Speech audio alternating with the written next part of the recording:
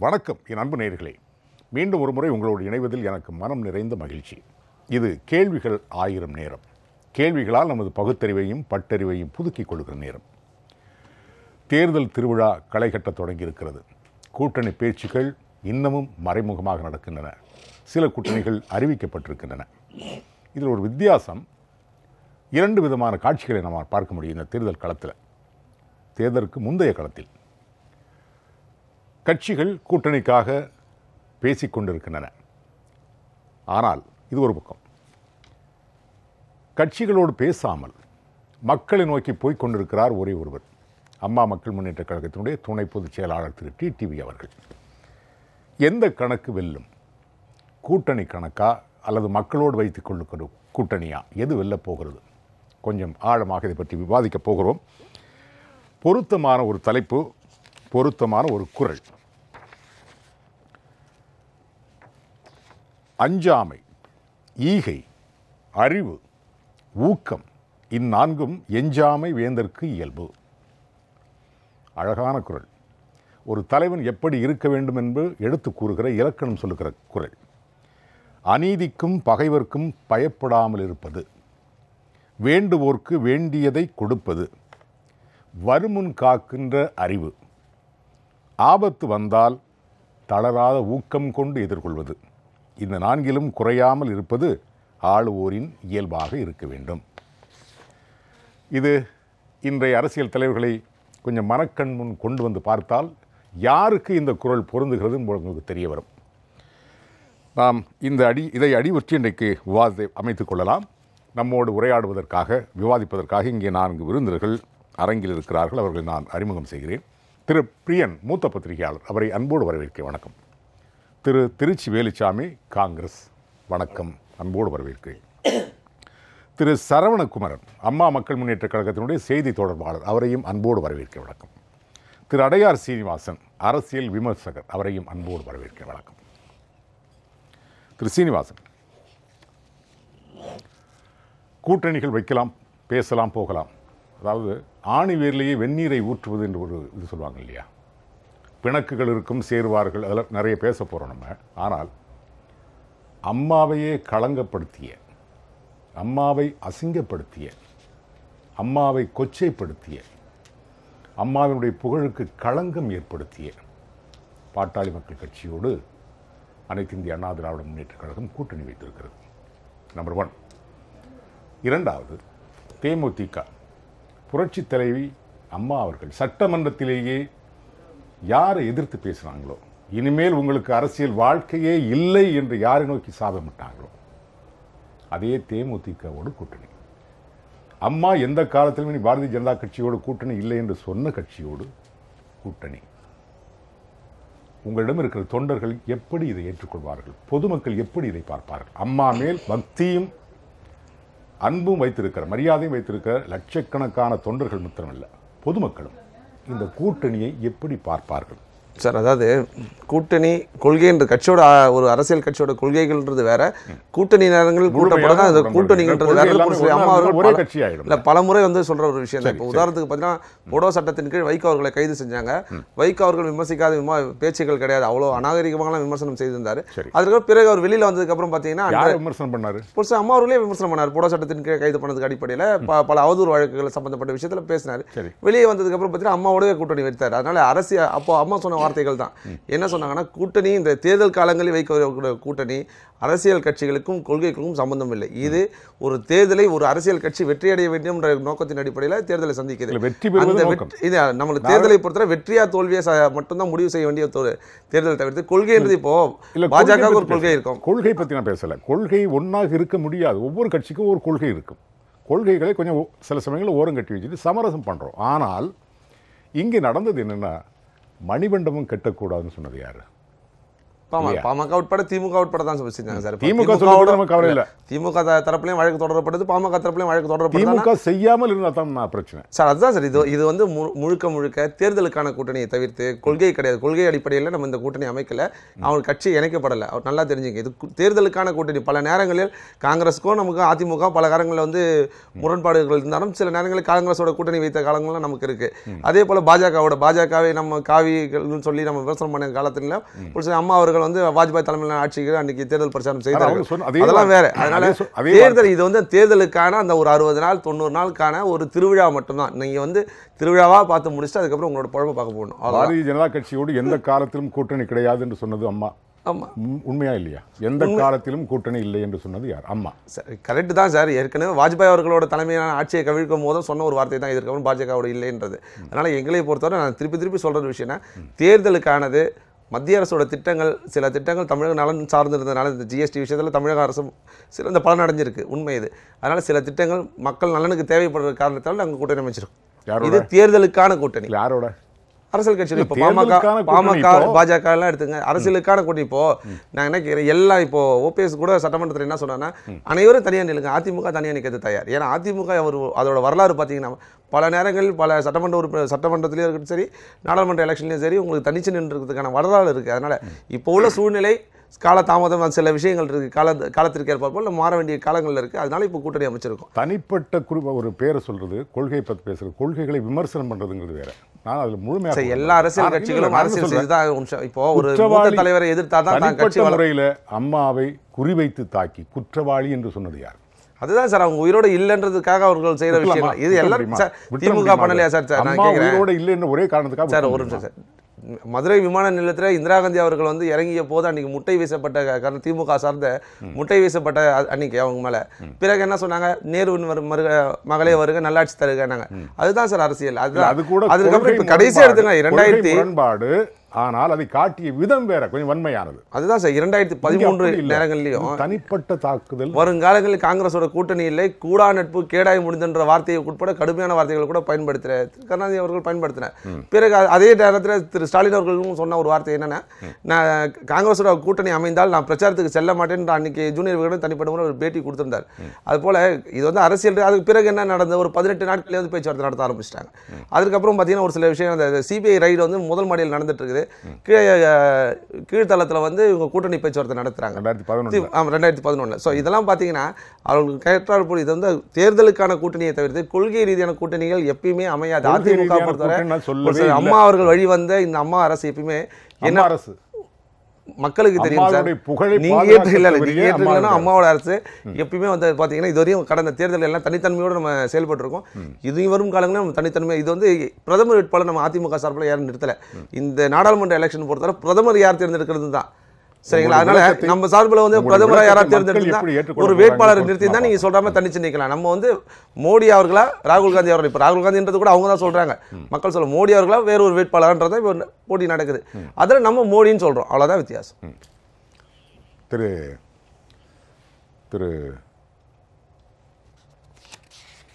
Trichy Selvaraj sorry Velusamy sorry உங்க மேல் நிறைய குற்றச்சாட்டுகளும் சொல்றாரு. ஒவ்வொரு குற்றச்சாட்டா சொன்னீங்க, நான் பதில் சொல்லிடுறேன். இப்போ ஏற்கனவே சொல்லிட்டு தானே இருந்தாரு. அவர் என்ன சொல்றாரு, திமுக யாரோட கூட்டணி வச்சிருக்கு, காங்கிரஸுக்கும் திமுகவுக்குள்ள முரண்பாடுகள் பழைய காலத்தில். அதாவது அவர் ஒன்று சொன்னாரு, ஜிஎஸ்டியால் தமிழக அரசு லாபம் அடைஞ்சிருக்குன்னு சொன்னார். சரி, நான் சொன்னா அவர் வருத்தப்படுவார். பட்ஜெட் ஒரு சொல்லியிருக்காரு. இல்ல, தமிழக சட்டமன்றத்திற்குள்ளே தொழில்துறை அமைச்சர் பகிரங்கமாக சொல்லி இந்த பேரேடில் இருக்கு. என்ன சொல்றாரு, ஜிஎஸ்டியால் தமிழகத்தில் 50,000க்கும் மேற்பட்ட சிறு தொழில்கள் நசிந்து விட்டன பதிவாயிருக்கு.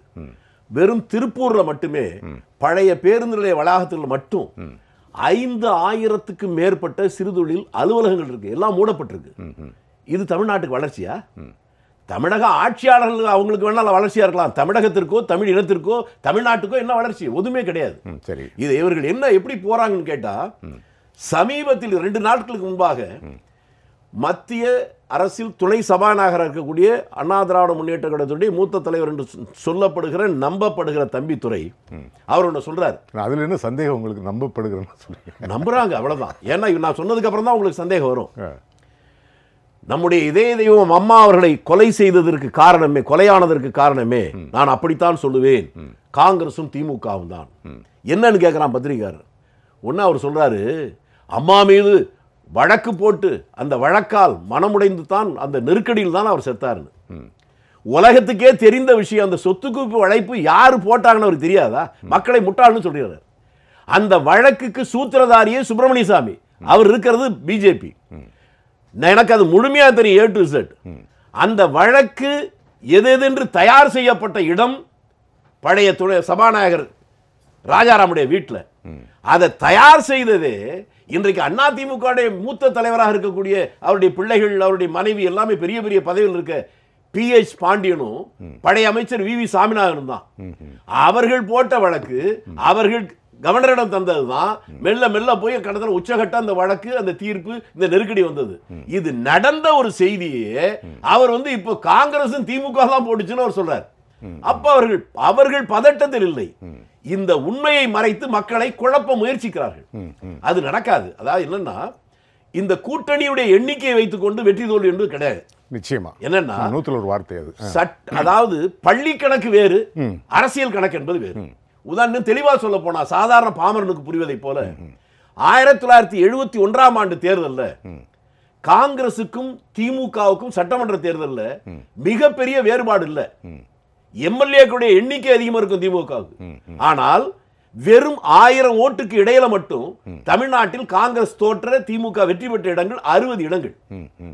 மிக குறைந்த வாக்கு வித்தியாசம் தான். அதற்கு பின்னால 70க்கு பின்னால 72ல திமுக எம்ஜிஆர் பிரிகிறார், அண்ணா திமுக உருவாகுது. அப்ப அடுத்த தேர்தலில் யாரு ஜெயிச்சிருக்கணும்? காங்கிரஸ் வந்திருக்கணும். ஆனால் காங்கிரசும் வரல, திமுகவும் வரல, எம்ஜிஆர் விஜயிக்கிறார். இது அரசியல் கணக்கு என்பது வேறு. இன்னும் அதற்கு பின்னால சொல்ல போனா 91 தேர்தல் அதிமுக ஆட்சியை பிடிக்கிறது, திமுக ஒரு இடத்துல தான் ஜெயிக்குது. 96ல ஒரு இடத்துல ஜெயிச்ச திமுக ஆட்சியை பிடிக்குது, ஆட்சியில் இருந்த அதிமுக வெறும் 4 இடத்துக்கு வருது. அதனால பள்ளியில போடுகின்ற 4 4 8 அப்படிங்கிறது பள்ளி கணக்கு. ஆனால் அரசியல்ல 4 4 10ஆவும் வரலாம், 4 + 4 3ஆவும் வரலாம். இவர்கள் எண்ணிக்கை வைத்துக் கொண்டு 10 பேர் சேர்வதாலேயே அவர்கள் வெற்றி அடைந்து விடுவார்கள் என்பது இல்ல. இதுக்கு ரஜினிகாந்த் தான் வருத்தப்படணும். கொஞ்ச நாளைக்கு முன்னால அவர் தான் சொன்னாரு, ஒத்த மனுஷன் மோடியை எல்லாரும் சேர்ந்து எதுக்குறான்னா யாரு பலசாலினார். இப்ப மோடியே ஊர் ஊரா ஆளை தேடி எல்லாரும் சேர்ந்து எதுக்குன்னு வந்திருக்கிறாருன்னா இப்ப யாரு பலசாலின்னா அவர் தான் சொல்லணும். சரி, இப்போ அவரு அடையார் சீனிவாசன் வச்ச குற்றச்சாட்டுகளுக்கு நீங்கள் விளக்கம் சொல்லலை, அதை நம்ம அடுத்த ரவுண்டில் பேசலாம், அடுத்த சுற்றில் நம்ம பேசலாம். நம்ம திரு பிரியன், தேர்தல் கணக்குகள் ஒரு புள்ளியை ஆரம்பித்து வச்சுருக்காரு திரு வேலுச்சாமி. தேர்தல் கணக்குகள் இப்போ அவர் சொல்லிட்டு வந்த 71 சொன்ன கணக்குகள்லாம் இப்போ பொருந்துமா என்பது மிகப்பெரிய ஒரு கேள்விக்குறி. 71 இந்திரா காங்கிரஸும் திமுகவும் கூட்டணியில் இருந்தாங்க. அது அவர் எதிரெதிராக போட்டிட்டு தான் சொன்னார். அப்படி இல்லை, கூட்டணி 2 பேர் இருந்தாங்க. சரி, சட்டமன்றத்தில் இடம் கொடுக்கல, ஒரு இடம் கூட கொடுக்கல. பார்லிமெண்ட்டில் கூட்டணியில் இருந்தாங்க. அந்த அண்டர்ஸ்டாண்டிங்கில் தான் இருந்தாங்க. இப்போ உள்ள தேர்தல் கணக்கு பழைய கணக்கு இப்போ பொருந்துமா? ஏன்னா முன்னாடி உள்ள ஆளுமைகள் இருந்தாங்க, மக்களை கவர்ந்து இழுக்கக்கூடிய ஆளுமைகள் இருந்தாங்க. அதனால ஒரு சிரமமான வாக்கு வங்கி மாறி மாறி விழுந்தது, அவங்களுடைய ஆட்சி திறனை பொறுத்து மாறி மாறி விழுந்தது. இப்போ 2 ஆளுமைகள் இல்லை, புதிய ஒரு சூழல் உருவாகிறது, புதிய களம் உருவாகி இருக்கிறது. இந்த பழைய கணக்கு பொருந்துமா இல்லை புது கணக்கா? அது என்ன கணக்கு? இல்லை சார், இந்த எலெக்ஷன் வித்தியாசமான எலெக்ஷன். எப்படின்னு கொஞ்சம் விளக்கமா. பழைய கணக்கெலாம் இதில் போட முடியாது. ஏன்னா நீங்கள் சொல்கிற மாதிரி அந்த 2 ஆளுமைகள் ஒரு முக்கியமான விஷயம். அதோட ரொம்ப முக்கியமான விஷயம் ஆளும் கட்சி அதிமுக பிளவுபட்டுருக்குங்க. ஸோ அதை நம்ம பார்க்கணும். ரெண்டாவது, திமுகவில் ஒரு முக்கியமான ஆளுமை இல்லை. ஸோ அதிமுக இருந்த ஆளுமை ஜெயலலிதா அவர்கள் இல்லைன்றதை பார்த்தோம். இங்கே கடைசி கட்டத்தில் பார்த்தீங்கன்னா ஜெயலலிதாவோட கடைசி இறுதி அவர்கள் இறப்பதற்கு முன்னால் நடந்த 2 எலெக்ஷன்லையுமே அவங்க தனியாக நின்னாங்கன்றதை நம்ம பார்த்தோம். அதனால் நாங்கள் தனியாக நின்றோம்னு அதிமுகவில் திருப்பி இப்போ சொல்கிறதுல அர்த்தமே கிடையாது. ஏன்னா அந்த சூழல் வேறு. இவங்க திருப்பி இந்த வார்த்தையை யூஸ் பண்ணுறாங்க, தனியாகவே களங்கொண்டு வென்றார். தனியாகவே எப்போ களங்கண்டீங்க? நீங்கள் ஜெயலலிதா இருக்கும்போது களங்கண்டீங்க. இப்போ உங்களுடைய நிலைமை என்ன?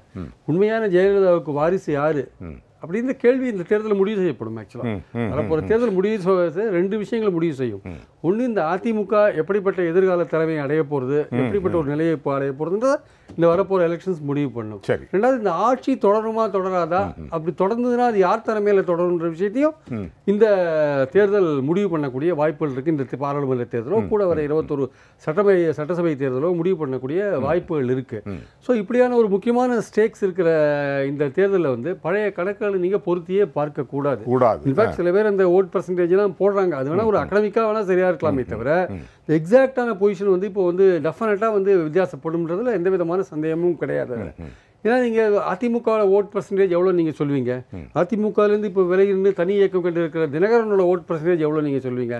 பட் என்னென்னா இப்போது திமுகவோட ஓட் பர்சன்டேஜ் குறைஞ்சிருக்கிறதுக்கான வாய்ப்புகள் இருக்கலாம். காங்கிரஸோட ஓட் பர்சன்டேஜ் 4.3 இருந்துட்டு 4.3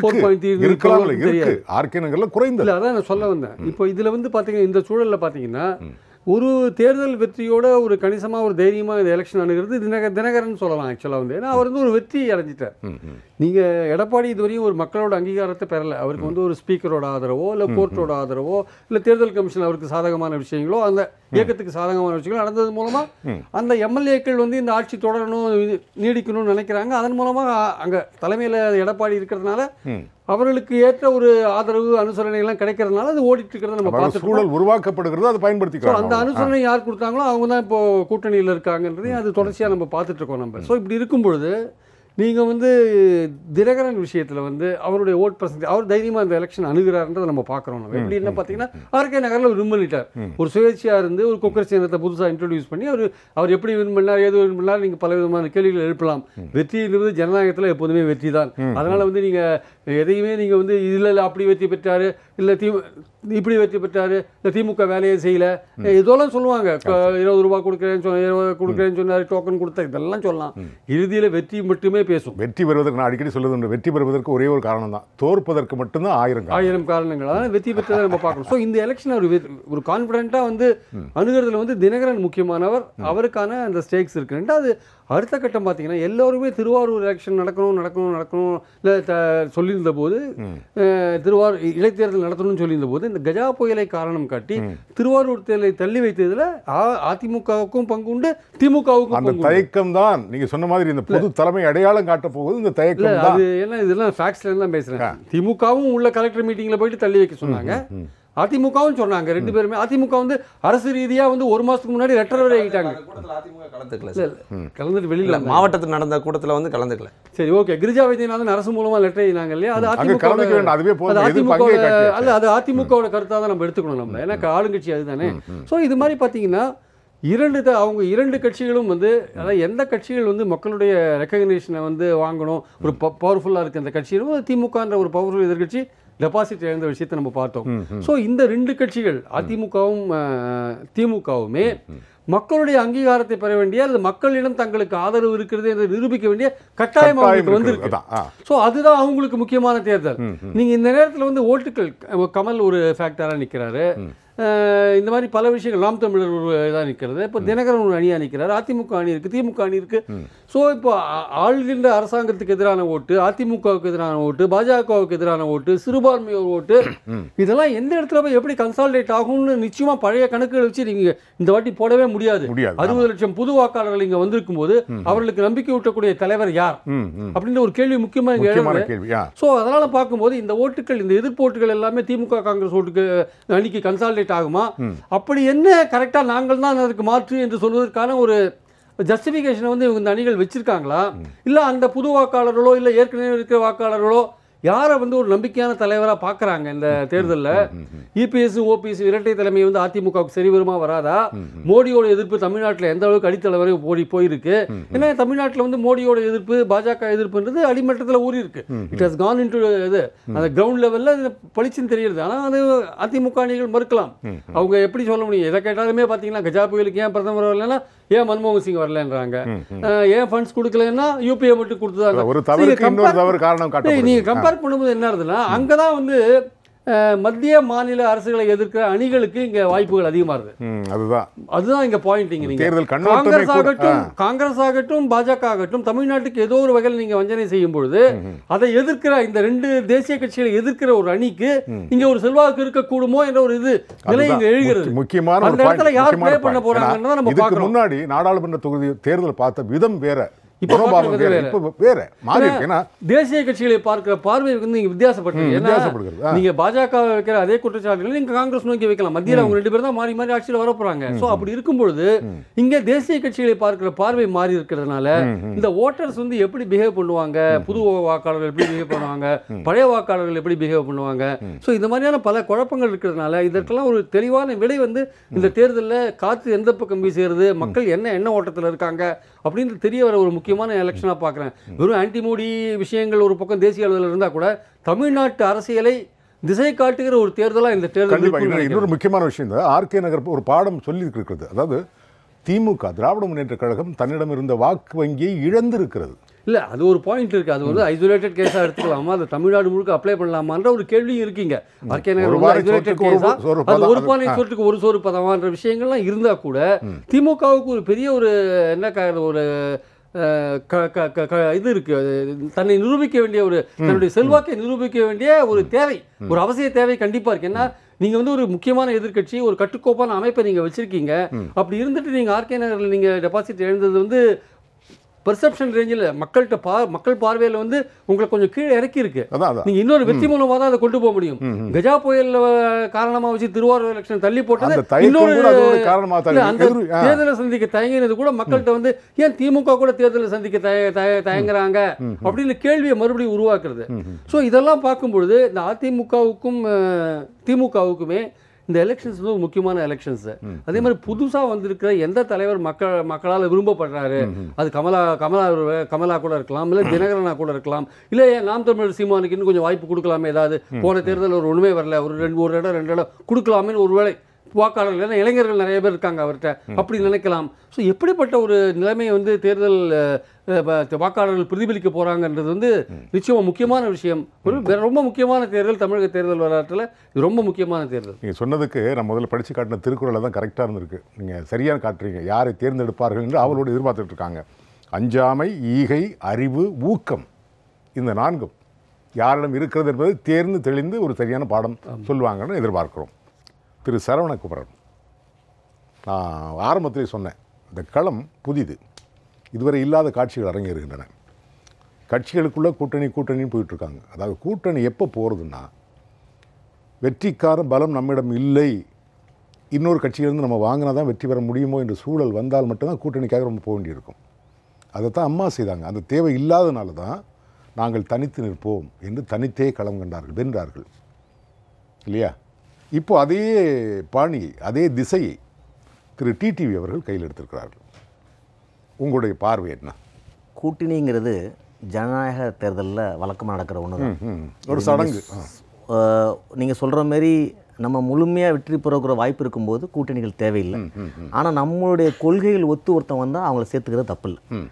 ஸோ மக்கள் செல்வருமே கூட்டணிக்கு யாராவது வந்தால் சேர்த்துக்கிறங்கிறதுல அவர் தெளிவாக இருக்கார். ஆனால் கொள்கை மாறுபட்டு இருக்கக்கூடாது. அவர் வந்து கவலையே படலை. அவர் கவலைப்படலைங்கிறது ஒரு பக்கம். ஆனால் ஒருத்தங்க வர்றாங்களோட கூட்டணி போயிட்டே இருக்காரு. அவர் மக்களோட மட்டும்தான் கூட்டணி சொல்லியிருக்காரு. நம்ம மற்ற தலைவர்கள்லாம் இங்கே உட்காந்து கூட்டணி பேச்சுவார்த்தை ஹோட்டல் நடத்திக்கிட்டு இருக்கும்போது அவர் மக்களோட பேசிக்கிட்டு இருக்கார். ஆனால் அதே நேரத்தில் ஒரு கொள்கை நண்பர் சொன்னார், இது ஒரு தேர்தல் திருவிழா, கொள்கைகள் தேவையில்லைன்னு. ஆனால் மக்கள் செல்வர் அப்படி இதை பார்க்கல. இது எப்படி நம்ம பார்க்குறோம் அப்படின்னா, அவர் பிரியன் அண்ணன் சொன்னார், இந்த தேர்தலில் முழு வெற்றிடம் இருக்குது, யாரும் தலைவர்கள் உருவாகலைன்னு. இதில் நான் கொஞ்சம் வேறுபடுறேன். சரி, 2 ஆளுமைகள், அம்மா மிகப்பெரிய ஆளுமை, கலைஞர் ஒரு ஆளுமை, 2 பேர் இல்லாத தேர்தல் இது. அதனால் ஒரு வெற்றிடம் அப்படிங்கிற பரவாயில்ல பேசிகிட்டு இருக்காங்க. ஆனால் வெற்றிடங்கிறது ஒரே நேரத்தில் 4 தலைவர்லாம் வரப்போகிறதில்ல, தலைவர்கள் உருவாகிட்டே இருப்பாங்க. ஆர்கே நகர் எலெக்ஷன் டிடிவி தினகரன் என்ற மக்கள் சிலரை ஒரு அறிமுகப்படுத்தி தலைவர் ஆக்கிடுச்சு. அவங்க அம்மாக்கு என்ன ஆளுமை இருந்ததோ அந்த இடத்த அவர் அடைஞ்சிட்டார். அது ஒன்லி அசம்பிளியில் வரல, எலெக்ஷன் நடந்து தான் வந்திருக்கோம். இந்த 18 எலெக்ஷன் பை எலெக்ஷன் நடக்காமல் இருக்கிறது காரணம் யார்? நடந்திருந்தா யார் அம்மாவோட இடத்த நிரப்பியிருப்பாங்கன்னு தெரிஞ்சிருக்கும். ஸோ வெற்றிடத்தில் ஒரு தலைவர் ஆல்ரெடி உருவாயிட்டார். இன்னொருத்தர் உருவாரா, அது காலம் பதில் சொல்ல போகுது. அது வரைக்கும் இன்னொரு இடம் வெற்றிடம் தான். ஏன்னா எல்லா டெமோக்ரஸிலும் 2 தலைவர்கள் இருப்பாங்க, இருந்துதான் ஆகணும். இருதுருவ ஆளுமையில் ஒன்று முடிவாயிடுச்சு. சரி, இன்னொருத்தர் இப்போ ஃபார் எக்ஸாம்பிள் திமுக தலைவர் ஸ்டாலின் சொல்லும்போது நான் சொல்லுவேன், அவர் இளவரசர். இந்த உலகத்தோட விதி என்னன்னா, இளவரசர்கள் பிறக்கிறார்கள், அரசர்கள் உருவாகிறார்கள். இளவரசர் பிறக்க தான் முடியும், உருவாகவே முடியாது. ஏன்னா ஒரு அரசருக்கு மகனாக பிறந்தா இளவரசர் ஆயிடுறாரு. ஆனால் அரசனுங்கிற உருவாகி தான் ஆகணும். ஒரு அரசனுக்கு மகனாக பிறந்தா அரசன் ஆயிட முடியாது. அதுக்கு நிறைய செய்யணும். அந்த காலத்தில் சில விஷயங்கள் செய்ய வேண்டியது இருந்துச்சு. இந்த காலத்தில் மக்கள் மனதில் இடம் பிடிக்கணும்.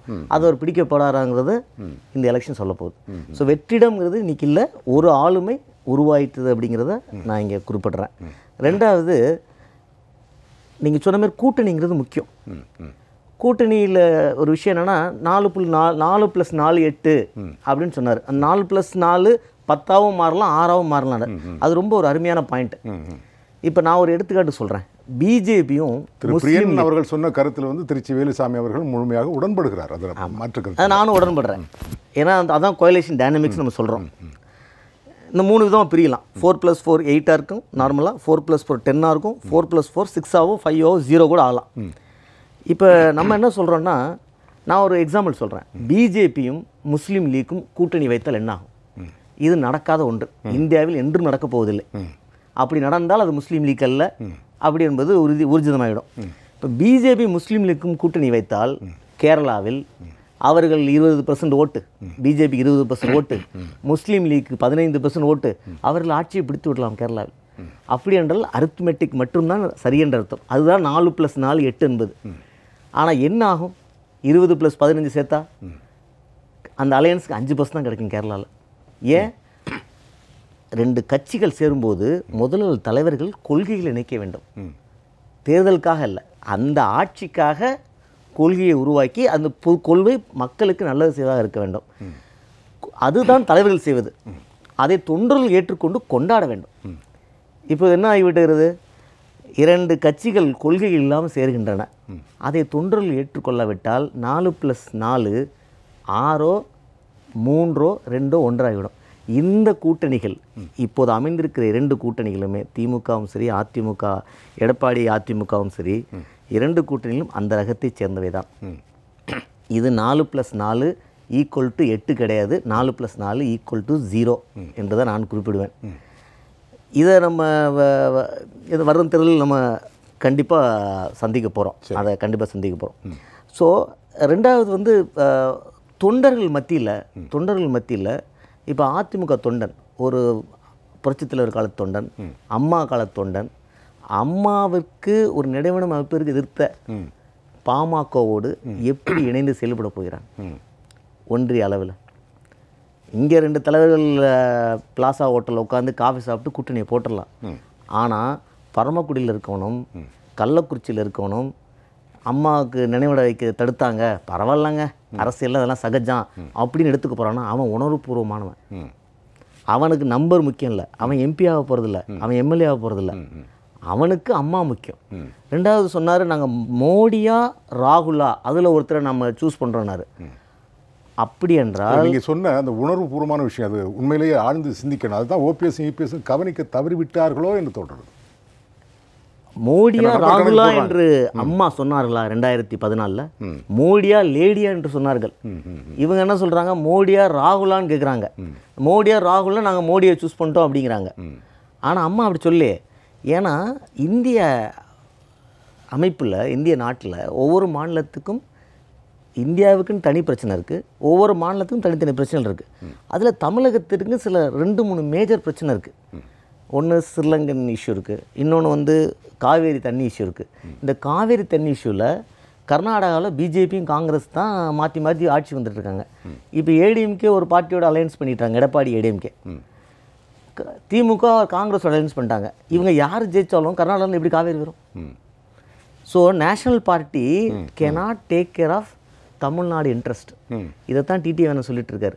தமிழ்நாடு இன்ட்ரெஸ்ட் தமிழக மக்களும் புரிந்து கொண்டு இருக்கிறார்கள். அதான் முக்கியமாக தமிழ்நாட்டோட இன்ட்ரெஸ்ட் யார் எடுத்துக்க போகிறாங்களோ அவங்களோட நம்ம அலைன் பண்ணலாம். அவங்க சொல்கிற டிக்டேஷன் நான் ஃபாலோ பண்ணால் சரி, எனக்கு ஒன்றும் இல்லை. ஸோ நான் என்ன சொல்லேன்னா, இந்த 2 கூட்டணிகளுமே 4+4 0 கேட்டகரி சேர்ந்தவை, 4+4 8 கேட்டகரி சேர்ந்தவில்லை. இதனால் அமமுகவுக்கு எந்த ஒரு இழப்பும் இல்லை. சிங்கம் சிங்களாகத்தான் வரும், வரலாம். சரி, திருச்சி வேலுச்சாமி ஏற்கனவே ஒரு இது சொல்லியிருக்காரு. எங்களை சொல்கிறீங்களே, பாரதிய ஜனதா கட்சியும் அதிமுகவும் கூட்டணி சேர்ந்தது எப்படி ஒரு பொருந்தா கூட்டணி, அதே மாதிரி தானே திமுகவும். ஏன்னா எனக்கு நன்றாக நினைவு இருக்கிறது, முரசொலியில் முதல் பக்கத்தில் தலைப்புச் செய்தியாக வந்து இனி எந்த காலத்திலும் காங்கிரஸோட கூட்டணி இல்லை என்று கருணாநிதி அவர்கள் சொல்லி, அது முரசொலி முதல் தலைப்பாக வந்த காலம் உண்டு. அதற்கு பிறகு சொன்ன மாதிரி பிரிகிறது, அப்புறம் சேர்றது, பிரிகிறது, சேர்றது, அதே மாதிரி தானே கூட்டணி குழப்பங்கள். இது ஒன்று. ரெண்டாவது, திரு பிரியன் சொன்ன கணக்கு ரொம்ப கவனத்தில் கொள்ளப்பட வேண்டிய ஒரு கணக்கு. அதுக்கு முக்கியமான காரணம் என்ன, ஆர்கே நகர் மட்டுமல்ல, திருவாரூரும் கூட. ஆர்கே நகரில் திராவிட முன்னேற்ற கழகத்துக்கு படுதோல்வி, பிணைத்தொகை இழந்தது. அந்த பயம், தொண்டர்களை இழந்து விட்டோமோ என்ற ஒரு தயக்கம், அதுதான் திருவாரூரில் வந்ததோ, அதனால தான் தேர்தல் வேண்டாம் தள்ளி வைக்க சொல்லி கேட்டாங்களோ. அப்போ ஒரு பலவீனமான நிலையில் தான் இருக்குது உங்கள் கூட்டணி அப்படின்னு தோணுதில்லை? திமுக கேட்டதால தான் அந்த தேர்தல் நிறுத்தி வைக்கப்பட்டதுன்னு நீங்கள் சொன்னீங்கன்னா, தேர்தல் கமிஷனில் திமுகவுக்கு அவ்வளவு செல்வாக்கு இருக்கிறதா நீங்கள் ஒத்துக்கலாம் அர்த்தம். எங்கே வரைக்கும் இல்லை, காரணம் அல்ல. உச்சநீதிமன்றம் வரைக்கும் போய் ஒரு பக்கத்தில் அதெல்லாம் இல்லை, அது காரணம் அதல்ல. அந்த தேர்தல் நடந்திருந்தா திமுகவும் ஒரு காரணமாக உடந்தையாக நீங்க அதை சொல்வது சாதாரண விவசாயி அவருக்கு கபில் சிபல் ஒரு நாள் கபில் சிபல் கோர்ட்டுக்கு போனா என்ன தெரியும். கபில் சிபல் வாதாடுறா அவர் பின்புலம் யார் இருக்கான்றது அண்ணனுக்கு தெரியும் நினைக்கிறேன். சரி ஏங்க நான் என்ன இதெல்லாம் தெரியாத, நான் சின்ன குழந்தை இல்லை. நான் என்ன சொல்ல வர்றேன், திமுக சொல்வதால் தான் தேர்தல் கமிஷன் அந்த தேர்தல் நிறுத்திச்சது இல்லை. திமுக சொன்னதாலும் அப்படி எடுத்துக்க சொன்னதாலும் கூட எடுத்துங்க. ஆனால் இதற்காக அவங்க நிறுத்தல. திமுக 1000 விஷயம் சொல்லுது, 999 விஷயத்தை ஏத்துக்கல, இந்த ஒண்ணை மட்டும் ஏத்துக்கிட்டாங்கன்னா இவர்கள் சொன்னதால் அல்ல. அந்த தேர்தல் நிறுத்தப்பட்டதற்கு காரணம் ஆளுகின்ற கட்சி எடப்பாடியுடைய அணி, அவர்கள் இதிலே மிக மோசமான தோல்வியை சந்திப்பார்கள், 2வது இடத்துக்கு கூட வர முடியாது. இப்படி எடுத்துக்கலாமா? ஆளும் கட்சியும் திமுகவும் விரும்பவில்லை. அப்படி அல்ல. அவங்க இதுல நீங்க என்னன்னு கேட்டா, யார் விரும்புறாங்க இல்லைங்கிறது இல்லைங்க, யாரால் நிறுத்தப்பட்டதுங்கிறதா கேள்வி. திமுக சொல்லி நிறுத்த மாட்டான். சரி, ஆனால் ஆளுங்கட்சிக்கு ஒரு நிர்பந்தம் இருந்தது. அதுல அந்த அந்த ஒரு தேர்தல் நடைபெற்று இருந்தால் ஆட்சி இன்றைக்கு தமிழ்நாட்டில் இல்ல, போயிருக்கும். இப்ப இந்த இந்த கூட்டணி கணக்குல எல்லாரும் சேர்ந்து ஒண்ணு மறந்துடுறீங்க. ஒரு பெரிய நோத்தி அதிமுக பாமக கூட்டணி அறிவிச்சிட்டாங்க, பிஜேபி அறிவிச்சிட்டாங்கன்னு சொல்றாங்க. இந்த அறிவிப்பே ஆளுகின்ற அதிமுக தன்னுடைய தோல்வியை பகிரங்கமாக ஒப்புக்கொண்டதாக பொருள். இன்னைக்கு சிட்டிங் எம்பி 37 பேர் தமிழ்நாட்டில் இருக்கக்கூடிய 39 தொகுதியில அவர்கள் இன்றைக்கு எம்பிக்களாக இருப்பது 37 தொகுதியில. பாமகவுக்கு 7, பிஜேபிக்கு 5ன்னா 7 5 12. அந்த 2 போனா 10 தொகுதியில சிட்டிங் எம்பியாக இருக்கக்கூடிய தொகுதியில 10 தோல்வியை நாங்க தோத்துட்டோம் அப்படின்னு பகிரங்க ஏத்துக்கிறதானே எந்த கட்சியாவது தான் ஏற்கனவே இருக்கிற இருப்பை விடும்போது போர்க்கொடி கலக குரல் வரும். ஆமா, இதெல்லாம் வரும். ஏற்கனவே சிட்டிங் எம்பியா இருக்கு, ஐயா சோதனையில உங்க கூட இருந்தேன், எனக்கு சீட்டு இல்லைன்னு கேட்க மாட்டானா? தம்பிதுரை நேத்து ஒண்ணு பேசுறாரு, இன்னைக்கு ஒண்ணு பேசுறாருனாலும் நாளை கரூர் தொகுதி அவருக்கு இல்லைன்னு வச்சுங்க, என்ன சொல்லுவாரு ப்ரிடிக்ட் பண்ண முடியுமா? அது 1000 குழப்பம் வரும். ஆனால் இங்க எங்க முரண்பாடுனா, நீங்க சொன்னதை போலவே ஒரு தனி மனிதனே காலையிலே நினைப்பதான் மதியம் நினைக்க வேண்டும், மாலையில் நினைக்க வேண்டும் இல்லை. ஒரு குடும்பத்துல நான் என்னுடைய மனைவி 40 ஆண்டு காலங்கள் ஒன்றாக வாழ்றோம், எல்லாத்திலையும் ஒன்றா இருப்பதில்லை. ஒரு குடும்பத்துக்கு அது பொருந்தும் என்றால் அரசியல் கட்சியுடைய கூட்டணி என்பது எல்லா கொள்கையும் ஒன்றாக இருக்க முடியாது. குறைந்தபட்ச தீமை என்றுதான் எடுத்துக்கொள்ள முடியும். எந்த ஒரு கட்சியை 100% யோக்கியம் 100% அயோக்கியம் என்பது இல்லை. ஆனால் இங்க என்ன வருதுன்னா, நான் 2 செய்தியை மட்டும் சொல்றேன். கொஞ்ச நாட்களுக்கு முன்பாக இப்ப நடப்பது பாராளுமன்ற தேர்தல். இந்த தேர்தல்ல மத்தியில் ஆளுகின்ற மோடியின் ஆட்சிக்கு நீங்கள் என்ன மார்க் கொடுப்பீங்க? டாக்டர் ராமதாஸ் அவர்கிட்ட கேட்கிறாங்க. அவர் சொல்றார் 0 மார்க்குக்கு கீழே ஏதாவது இருந்தா அதான் கொடுப்பேங்கிறார். மத்திய ஆட்சிக்கு அவர் கொடுத்த மார்க் 0க்கு கீழே. இப்ப அந்த மத்திய ஆட்சியை ஆதரிச்சான பேச போறாங்க. இதுக்கு அவர் என்ன விளக்கம் சொல்ல போறான்னு தெரிஞ்சுக்கணும். அதே போல ஆளுகின்ற அதிமுகவுக்கும் பிஜேபி பாட்டாளி மக்கள் கட்சிக்கும் நான் உன்னை வெளிப்படையா கேட்கிறேன். பாட்டாளி மக்கள் கட்சியுடைய தலைமைக்காக தன்னுடைய இறுதி மூச்சு அடங்குகிற வரை காடு வெட்டி குரு அதற்காக கடுமையாக உழைத்தவர் என்பதில் என்ன மாற்று இருக்க முடியாது. இப்போ அவர் என்ன சொல்றாரு, காங்கிரஸ் மத்தியில் வரக்கூடாது, பிஜேபி தான் ஆட்சிக்கு வரணும், அதிமுக கூட்டணியில் இருப்போம்னு டாக்டர் ராமதாஸ் சொல்றாரு. இந்த ஒன்றுக்கு மட்டும் அவங்க ஊர்ல போய் சொன்னா அவங்க தொண்டர்கள் என்ன சொல்லுவாங்க இருக்கு. 3 முறை அதிமுக ஆட்சி அவர் மீது தேச பாதுகாப்பு சட்டத்தின் மீது வழக்கு போட்டது.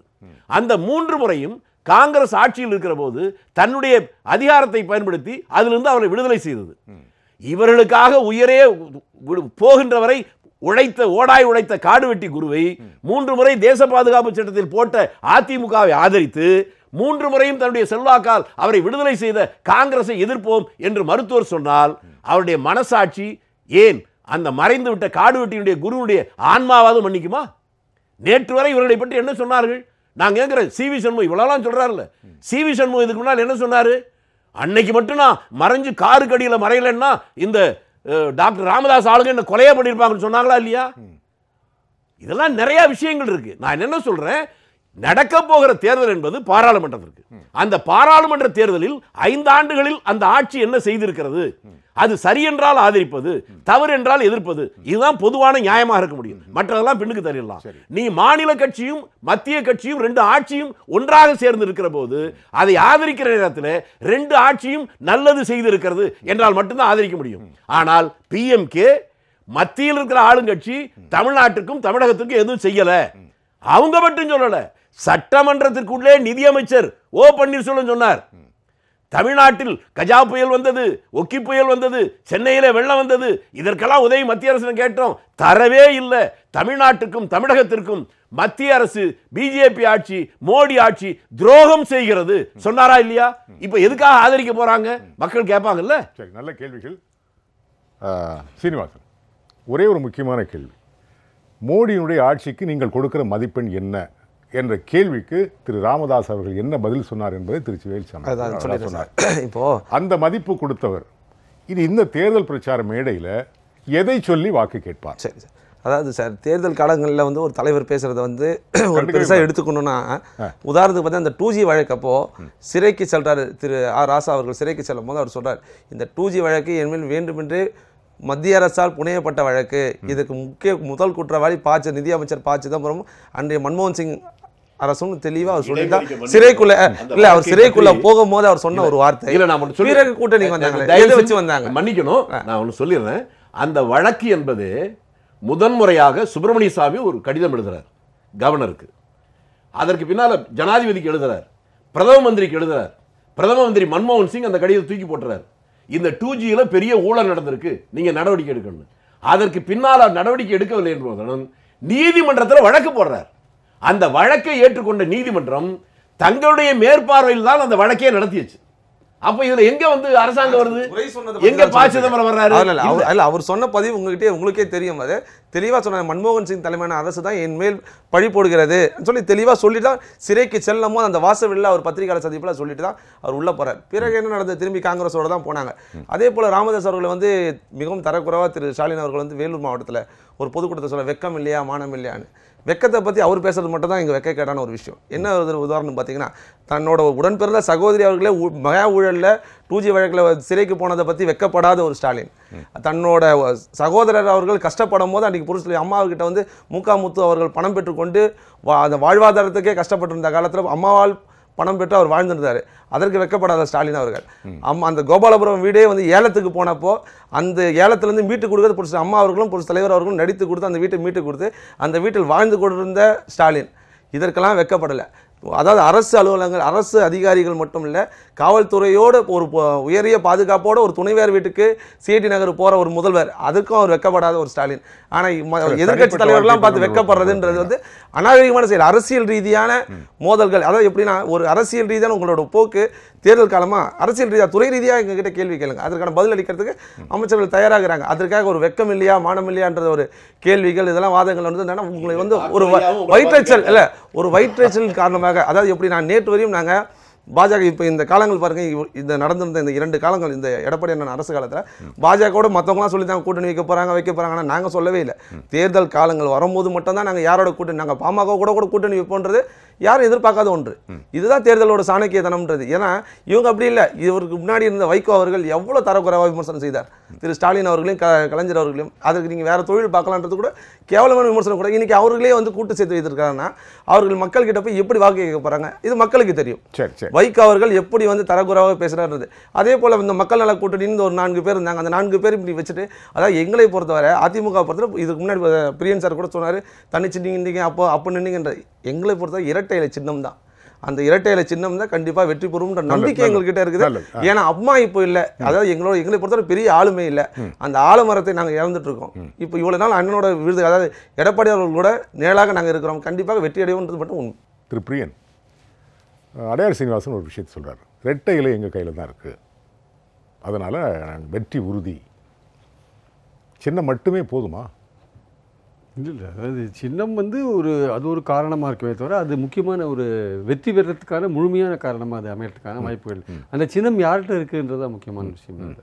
அதை வச்சுருக்கிறவங்க எப்படிப்பட்ட அரசாங்கத்தில் இருந்தால் எப்படிப்பட்ட நிர்வாகத்தை நடத்துகிறாங்க, இல்லை எதிர்கட்சியாக இருந்தால் எப்படிப்பட்ட ஒரு எதிர்கட்சியாக செயல்படுறாங்க அப்படின்றத பொறுத்தா இருக்குது. இந்த 2 ஃபங்க்ஷன்லேயுமே வந்து ஜெயலலிதா அவர்கள் இருந்திருக்காங்கன்றதை நம்ம பார்க்குறோம் நம்ம. ஸோ அவங்க வச்சிருந்த போது அது வந்து தோல்வியும் அடைஞ்சிருக்காங்க. 96 அதுக்கப்புறம் அது வெற்றியாகவும் கொண்டிருக்காங்க அப்படின்னு நம்ம பார்த்தோம் நம்ம. ஸோ அதனால் வந்து அது யார்கிட்ட இருக்குது, எப்படிப்பட்ட ஒரு ஆளுமைமிக்க தலைவர்கிட்ட அந்த சின்னம் இருக்குது அப்படின்றதெல்லாம் முக்கியம், ரொம்ப முக்கியமான. இன்னொரு முக்கியமான விஷயம், இந்த திமுக கூட்டணி அதிமுக கூட்டணி, இந்த 2ஐ பற்றி உங்களோட ஒப்பீடுகள் என்ன?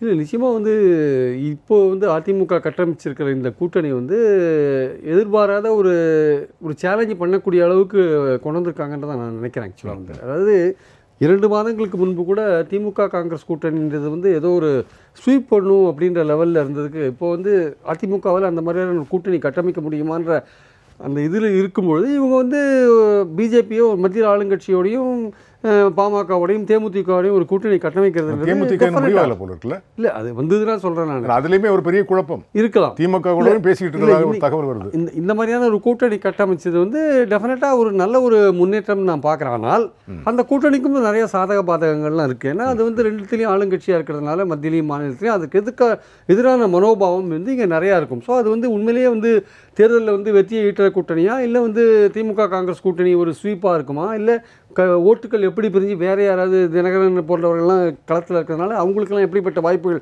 காத்துட்ருக்குன்றதை பார்க்கணும். ஸோ அது ஒரு 4 கட்சிகள் இணைந்ததுனாலேயே வந்து, ஏன்னா கடுமையாக விமர்சித்த பாமக அதில் போய் சேர்ந்துருக்கு.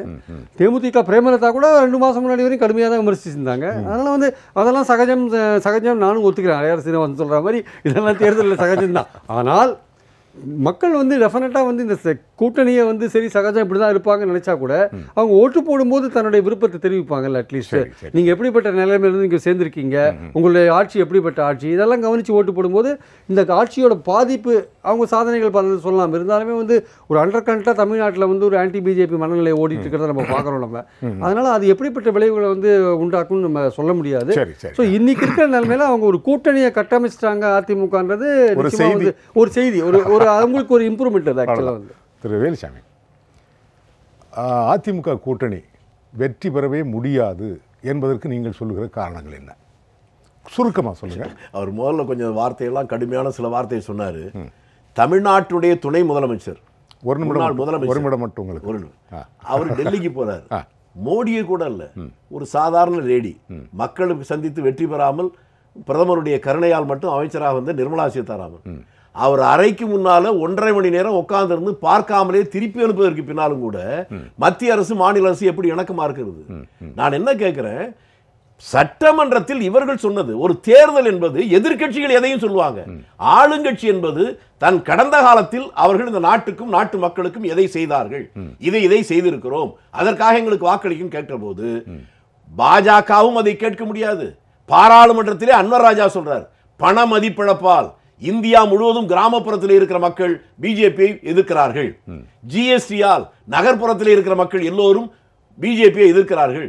ஆக இந்தியா முழுவதும் நகர்ப்புறமோ கிராமப்புறமோ எங்கேயும் பிஜேபி வெற்றி அடைய முடியவே முடியாது. பாராளுமன்றத்துக்குள்ள அதிமுக எம்பி இப்ப சமீபத்தில் சொன்னது. நான் சொன்னா கூட அவர் வருத்தப்படலாம். சரி, அதனால அவர்களுக்கே அது தெரியும். நான் முதல்ல சொன்னதை போல அதிமுக ஆளுகின்ற அதிமுக பேர் வச்சிருக்கல அதிமுக சொல்ல முடியாது. நடக்க முடியாத நடராஜன் பேர் வச்ச மாதிரி பேர் வேண்டுமானால் அது இருக்கலாம். ஆனால் அந்த இயற்கையான அதிமுக என்ற கட்சிக்கு இருந்த அந்த கம்பீரமான அந்த உணர்வோ அந்த கொள்கையோ அந்த தான் என்ற அந்த துணிவோ இந்த கட்சியில் இருக்கிற யாருக்கும் இல்லை. அதுக்கு தான் முன்னால சொன்ன துணை முதலமைச்சர் போய் பார்த்துட்டு வந்து 1.25 மணி நேரம் பார்க்காம திரும்பி வந்து பத்திரிகைக்காரன் கேட்டா எதையும் தாங்கும் இதயம் வேண்டும் என்று அண்ணா சொன்னார். இதுவா பதில்? எவ்வளவு பெரிய அவமானம்! பன்னீர்செல்வத்துக்கு வேணா அவமானம் இல்லாம இருக்கலாம். அவர் எனக்கும் சேர்ந்துதான் அமைச்சர், எனக்கும் சேர்ந்தா துணை முதலமைச்சர். தமிழ்நாட்டில் இருக்கக்கூடிய 7.5 கோடி மக்களையும் அவமானப்படுத்துகின்ற ஒரு செயலை கூட அதை மிக சாதாரணமாக எடுத்துக்கொள்கிற ஒரு போக்கு இவரிடம் இருக்கிறது. இவர்களிடமிருந்து தமிழகம் விடுபடுகின்ற நாள் தான் தமிழர்களுக்கு தமிழ்நாட்டுக்கு பொற்காலம். சரி, திரு அடையார் சீனிவாசன், திமுக காங்கிரஸ் கூட்டணி தோற்கும் என்பதற்கு நீங்கள் சொல்கிற காரணங்கள் என்ன? சார், அதுக்கு முன்னாடி சார் சொல்லியிருந்தாரு. அதுக்கு பதில் சொல்லிடுறேன். அவர் இங்கே சென்னையிலேருந்து டெல்லிக்கு போய் சந்திக்க போகும்போதே முதல்ல அவர் சொன்ன ஒரு வார்த்தை பத்திரிகையாளர் சந்திக்கிறேன், என் சகோதரருக்கு வந்து அந்த விமான இது உதவியாக செயல்பட்டார், அதற்கு நன்றி தெரிவிக்க தான் நான் துணை முதல்வராக போல என்னோட சகோதரருக்கு உதவி செய்ததுனால அவரோட அண்ணனாக நான் போற மட்டும்தான் ஒரு அரசாங்க பதவியாக போல தனிப்பட்ட நபராக போனால் நீங்க சந்திக்க முடியல. எங்களை பொறுத்தவரை சார் மத்திய அரசிலும் சரி மாநில அரசிலும் சரி கேட்கிற கேள்வி தெரியும் சொல்லுங்க. திமுக காங்கிரஸ் கூட்டணி ஏன் தோற்கும் என்பதற்கு நீங்கள் சொல்கிற காரணங்கள் என்ன? மக்களை பொறுத்தவரை திமுக அதுக்கு முதல்ல என்ன அப்புறம் சில அமர்கள் சொல்கிற போது தான் நில அபகரிப்பு அதிகமாக ஒரு விஷயங்களை வந்து அதிகமான குற்றச்சாட்டு உள்ள ஒரு கட்சின்னா அது. அதே போல் காங்கிரஸ் எடுத்தீங்கன்னா ஈழப்படுகொலை இன்னமும் தமிழ்நாட்டு மக்கள் நம்ம தமிழர்கள் இன்னும் மறக்க முடியாத சில சம்பவங்கள் அந்த ஈழப்படுகொலை நடந்தது. இன்னமும் இதயத்தில் பாதிக்கப்பட்ட மக்கள் இன்னும் இருக்கிறாங்க. அதனால் இந்த 2 விஷயம் நீங்கள் வேறு பல விஷயங்கள்லாம் வேண்டியதில்லை, இந்த 2 விஷயங்கள் மட்டும்தான் இன்னும் தமிழர்கள் அந்த திமுக காங்கிரஸ் மேல் உள்ள உணர்வுபூர்வமான கோபம் இன்னும் தனியே இல்லைன்றது மட்டும்தான் உண்மை. சரி, சரவணகுமார், அம்மா மக்கள் முன்னேற்றக் கழகம் தனித்து இயங்குகிறது. இந்த அம்மா மக்கள் முன்னேற்றக் கழகம் மிகப்பெரிய வெற்றியை பெறும் என்பதற்கு நீங்கள் வைக்கிற காரணங்கள் என்ன? இதுதான் கடைசி கேள்வி. இது வெற்றி கேள்வியாக வச்சுக்கிறேன் நான். அதாவது நீங்கள் சொன்ன குரல், ஆரம்பத்தில் இருந்து சொன்ன குரல் அஞ்சாமை ஈகை அறிவு ஊக்கம், அதில் வள்ளுவருடைய பாணி பார்த்தீங்கன்னா 4 பாயிண்ட்டை சொல்கிறாரு ஒரு அரசனுக்குரிய குணங்களாக. அதுலேயுமே அஞ்சாமையை முதல் குணமாக சொல்கிறார், அறிவு கூட 3வது குணமாக சொல்கிறார். அப்படிப்பட்ட அஞ்சாமை இருக்கிற ஒரே ஆளுமை இன்றைக்கி தமிழகத்தில் உங்களுக்கும் தெரியும், இங்கே இருக்கவங்களும் மறுக்க முடியாத உண்மை, டிடிவி தினகரன் அண்ணன் அவர்கள். ஸோ அதனால் அவர் தலைமையில் ரேடு போயிட்டு இருக்கும்போது கோமாதா பூஜை நடத்தின அந்த செய்தி, அதனால் அவர் தலைமையில் இருக்க அணி கட்சி வெற்றி பெறுங்கிறது முதல். 2வது, இந்த எலெக்ஷனையும் 1977 எலெக்ஷன் அவர் மென்ஷன் பண்ணார் பிரியன் அவர்கள். 1977 எலெக்ஷன் கம்பேர் பண்ணுறேன் நான். 1977 வந்து அசம்பிளி மார்ச்சில் லோக்சபா வந்து மார்ச்சில் நடக்குது, ஜூனில் அசம்பிளி நடக்குது. மார்ச் லோக்சபாவில் ஏடிஎம்கேயும் காங்கிரஸும் கூட்டணியில் இருந்தது. அதில் ஸ்வீப் பண்ணுறாங்க, புரட்சித் தலைவர் ஸ்வீப் பண்ணுறாங்க. அசம்பிளியில் ஏதோ ஒரு காரணத்தினால காங்கிரஸ் என்ன நினைக்கிறாங்கன்னா, டிஎம்கே பிரிஞ்சு தானே இருக்குது, டிஎம்கேயோட ஓட் பேங்க் 50 to 55% இருக்கிற நேரத்தில் டிஎம்கே ஏடிஎம்கே ஸ்ப்ளிட் ஆகும்போது நம்ம ஈஸியாக ஜெயிச்சிடலான்னு சொல்லி அசம்பிளி 3 மாதத்தில் நடக்கிற அசம்பிளி 4 கார்னர்டு கான்டெஸ்ட்டாக இருக்குது. DMK, ADMK, Congress and Janata. So இந்த இதில் என்ன ஆகுதுன்னா, ஏடிஎம்கே 35% ஓட்டு வாங்கி திருப்பி ஆட்சி அமைக்குது. முதல் டைம் தமிழகத்தோட சீஃப் மினிஸ்டராக புரட்சித் தலைவர் உருவாகிறாரு. டிஎம்கே 25% வாங்குறாங்க. அப்போ என்ன ஆகுது, ஒரிஜினல் திமுகவுடைய ஸ்ட்ரென்த் 60% போகுது. அடுத்து காங்கிரஸ் 20% வாங்குறாங்க அந்த எலெக்ஷனில். இதை நீங்கள் பார்த்தீங்கன்னா காங்கிரஸ் 35% 1971 20% வர்றாங்க. ஸோ கட்சி 2ஆக உடைஞ்சது திமுக, ஆனால் வாக்குகளை இழந்தது காங்கிரஸ். ஒரு வித்தியாசமான கணக்கு. இந்த கணக்கு தான் இந்த எலெக்ஷன் நடக்க போகுது. சரி, கட்சி உடைந்தது அதிமுக. எடப்பாடி அதிமுகவை நாங்கள் அதிமுக ஏற்றுக்கொள்ளவில்லை என்றாலும் பேருக்கு இரட்டை இலை சின்னம் அவர்கள்ட்ட இருப்பதால் அதிமுக என்று சொல்லலாம். இருந்தாலும் இதில் வாக்குகளை இழக்கப் போது என்னமோ திமுகவும் அதை சார்ந்த கட்சிகளும் தான் முதலில். அடுத்த அளவில் வாக்குகள் இழக்கப் போவது அதிமுக. அதிமுக உடையவில்லை. ஏன் சொல்கிறேன் என்றால், ஒரு கட்சிக்கு உடல் உயிர் 2 இருக்கிறது. உயிர் என்பது தொண்டர்கள், உயிர் இல்லாட்டால் அது பிணம்தான் உடல். ஸோ அதிமுகவின் அனைத்து தொண்டர்களும் இப்போது மக்கள் செல்வரோடு இருக்கிறதுனால் அதிமுக உடையவில்லை, கட்சி நிர்வாகிகள் பேரளவில் உடைந்திருக்கிறார்கள். சரி சரி. ரெண்டாவதாக சொல்லி முடிக்கிறதுக்குள்ள சொன்னாங்க ரெட்டை இலை வெற்றி சின்னம் சொன்னாங்க. ரெட்டை இலை வெற்றி சின்னம் மாற்று கருத்தல்ல. எம்ஜிஆர் காலத்தில் புரட்சித் தலைவருக்கு வெற்றி சின்னம், அம்மாவுக்கு வெற்றி சின்னம். நீங்கள் எம்ஜிஆர் நம்பியார் சண்டை போடும் பார்ப்பீங்க, 2 பேர் வாழை சண்டை போட்டு இருப்பாங்க, ஒரு வால் கீழே விழுந்துடும், மாற்றி மாற்றி போடுவாங்க எடுத்து. ஆனால் புரட்சித் தலைவரோட வாழ்வீச்சுக்கும் நம்பியார் வாழ்வீச்சுக்கும் வித்தியாசம் இருக்கும். அந்த ரெட்டை இலை வெற்றி சின்னத்தை யார் தாங்குகிறார்கள் என்பது இருக்கிறது. இவர்கள் கொள்கை என்று பேசிக் கொள்கிறார்கள், கூட்டணி கொள்கை. ராஜ்யசபா எம்பி கொடுப்பதான் கொள்கையா? ராஜ்யசபா எம்பி ஒன்று கொடுக்க போகிறோம் என்று சொல்வது எந்த கூட்டணி கொள்கை? இது மக்களுக்காக செய்கிற கொள்கையா? சரி, கொஞ்சம் சீக்கிரமாக ஒரு. ஸோ அதனால் இந்த 4 பாயிண்ட், இது 1977 எப்படி ஒரு புரட்சி தலைவர் உருவானாரோ 2019 லோக்சபாவில் மக்கள் செல்வர் உருவாகிறார்.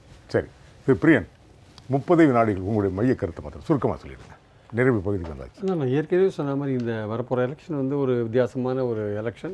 தமிழ்நாட்டு அரசியலை வந்து அடுத்த ஒரு 15 வருஷத்துக்கு மாற்றி போடுற மாதிரியான ஒரு எலெக்ஷனாக நான் பார்க்குறேன். ஆக்சுவலாக வந்து இதன் மூலமாக 2 விஷயங்களுக்கு விடிய காணலாம். ஒன்று வந்து இந்த ஆட்சி எப்படி தொடர போகிறது, அதிமுக கட்சியோட நிலைமை என்ன, இது முக்கியமாக. இது மத்தியில் வந்து மோடி தொடர்றாரா இல்லை காங்கிரஸ் வரதான் ஒரு பக்கம் இருந்தாலும் தமிழ்நாட்டை பொறுத்தமட்டும் இது ஒரு தமிழ்நாட்டு அரசியல் இஷ்யூஸ் திசை காட்டி, தமிழ்நாட்டுக்கு ஒரு திசை காட்டியாக இந்த தேர்தல் இருக்கும். ஏன்னா அது கூட வர 21 சட்டமன்ற தேர்தலையும் நம்ம பார்க்கணும். நம்ம வந்துடும் அது இல்லை அப்படின்னு நம்புகிறோம். அப்படி வருதா? அது வரலைன்னா அது ஜனநாயக படுகொலை, வரலைன்னா ஜனநாயக படுகொலையாக இருக்கும் அது. அதனால வந்துடும் நினைக்கிறோம். அந்த அளவுக்கு இப்போ ஜனநாயகத்தை படுகொலை பண்ண மாட்டாங்கன்னு நினைக்கிறோம். ஸோ இது வந்து மக்களுடைய மனது வந்து ஒரு தெளிவான வழியை காட்டுன்னு நினைக்கிறேன். நம்பிக்கை தான் வாழ்க்கை இல்லையா? சரி, அரங்குக்கு வந்து உங்களுடைய அழகான கருத்துக்களை நான் பதிவு பண்ணியிருக்கேன். 4 இருக்கும் ஏப்ளஸ் தொலைக்காட்சியின் சார்பில் நெஞ்சார்ந்த நன்றி. நேயர்களை, மீண்டும் ஒரு கேள்விகளாயிரம் நிகழ்ச்சி உங்களை சந்திக்கும் வரை உங்களுக்கு நன்றியும் வணக்கமும் சொல்லி விடைபெறுவது உங்கள் எம்ஜே. வணக்கம்.